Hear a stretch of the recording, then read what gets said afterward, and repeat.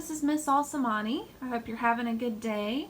And I want us to talk about the poetry short story essay. So this essay essentially is going to focus on a poem or short story or maybe a mix of both that you were interested in whenever we went over this information. So essentially, choose the short story or poems that are most interesting to you when you read them, which characters really stood out, which themes, those kind of things. So the rough draft is due on Wednesday, July 8th. It can be a really rough draft. It's fine because honestly, since it's a summer semester, we haven't had that much time to really work on these really thoroughly. So it's fine if it's unfinished or doesn't have all of the information you want to include, but just turn in what you have on Wednesday in the discussion board. Also notice the final draft will be due next week.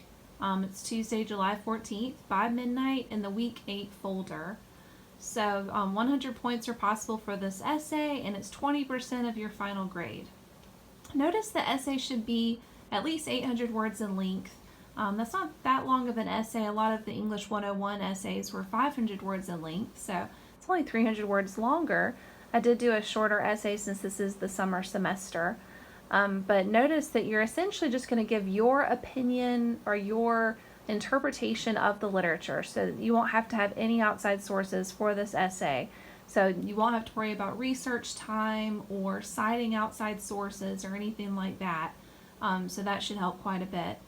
Also notice the formatting is the same as always. It's 12-point Times New Roman font, double space with MLA heading and style. If you need a refresher on the MLA heading, it's page 161 in the Seagull book. It's going to be your best bet.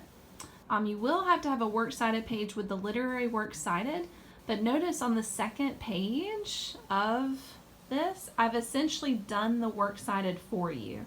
So say if you wrote about Because I Could Not Stop for Death, and that was the only thing you covered, you would just need this citation. You can copy and paste it into your essay, into your works cited page.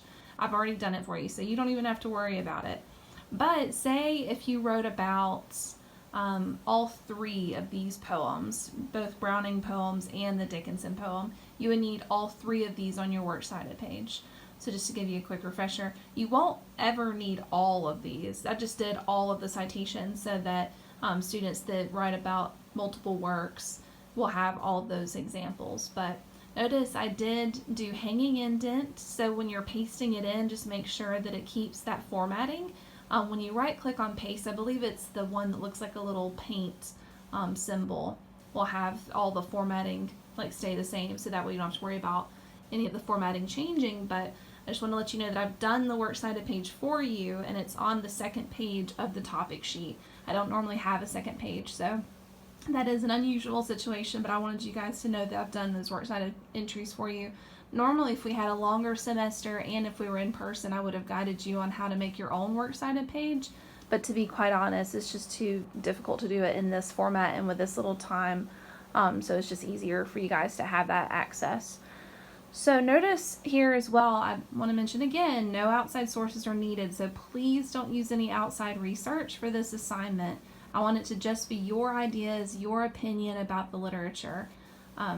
So notice I've got a list of topic ideas. If none of these appeal to you, you can always propose a topic to me if you just want to send me an email and say I was considering this topic, but it doesn't focus on any of the ideas on your topic sheet. I'll most likely approve it, but I still want you guys to let me know if you are deviating from this topic sheet.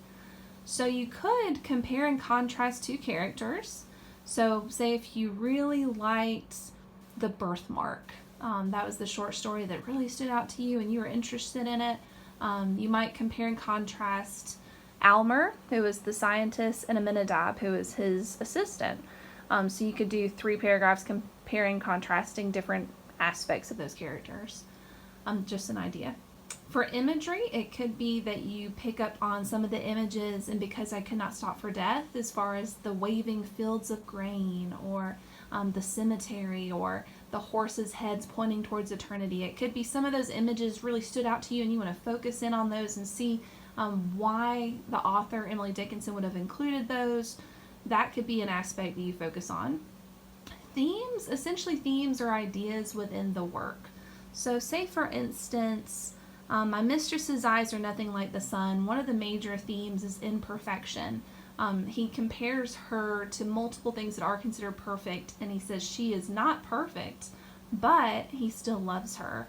And so if you wanted to analyze the major theme of imperfection within that poem, you could. Or if you wanted to choose 3 major themes in a work and just divide your paragraphs like that, you can as well. So there's options. A lot of the works we cover do focus on love because honestly, that's one of those universal themes. Love and death are universal themes. So if you wanted to choose 3 love poems, you could focus on love in the different ways it's interpreted in each work. If you wanted to focus on love within the birthmark and wonder whether or not Almer did love Georgiana, that's a question as well. And so there's just different ways to approach these. Another option is how the author's message is or is not relevant today. So essentially, if you chose a work and you wanted to examine whether or not the message the author wrote still applies to our modern worldview, and it might or it might not. That's dependent on your own interpretation. That's another option. How the conclusion is foreshadowed. One of the main ones I'm thinking of is the Cask of Amontillado. There's a lot of hints on what's going to happen at the end of that short story. And essentially foreshadowing is just hinting of what's coming. There's a lot of dialogue that hints. There's even the setting itself where they're going into this area with all the bones and it's really dark and spooky, and he's called the servants away, and there's just a lot of different hints. So I think that's one of the more popular topics I've gotten in the past is foreshadowing in the Cask of Amontillado. So another option is settings. All of these have various settings. If you want to talk about My Last Duchess, he, essentially the speaker, has this whole area of paintings, and his last wife's painting is covered up with this little drapery, and he can pull the drape back to see her painting. So essentially he has control over who sees her now. So there's a lot of symbolism within settings. And so if you wanted to get into that, or the Cask of Amontillado obviously has a really symbolic setting as well. So there's just different options as far as settings.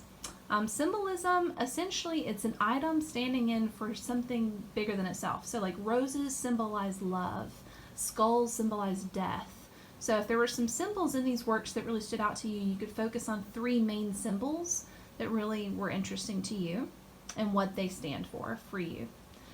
Death in the afterlife, some of the main ones that focus on that are probably How Do I Love Thee? Because she talks about how she can love even beyond death. Because I Could Not Stop for Death is essentially someone being escorted into the afterlife, and so that's another option as well. The Birthmark, there is a major death at the end of that short story as well. The Cask of Amontillado focuses on death, so there's a lot of options for death as well. Kind of like love, death is one of those major themes that reoccurs multiple times in literature. So as you can see from these topic ideas, you've got a lot of options. I've listed all of the literature that we've covered so far in this class, and it has the page numbers that correspond to our Norton literature book. However, if for some reason you might have an older edition, it might be that the page numbers are different. So if you have trouble locating the story or the poem, just let me know and I can help you. Notice there is a 10-point off every day late situation, so just make sure you turn it in on time. Just like with our other paper, all final drafts will be graded using our 102 grading rubric, which is on the Getting Started page, just as a reminder, and they will be scanned with anti-plagiarism software. So just make sure you don't use any outside sources and you'll have no problems whatsoever, because if it's just your ideas, you will not be guilty of plagiarism.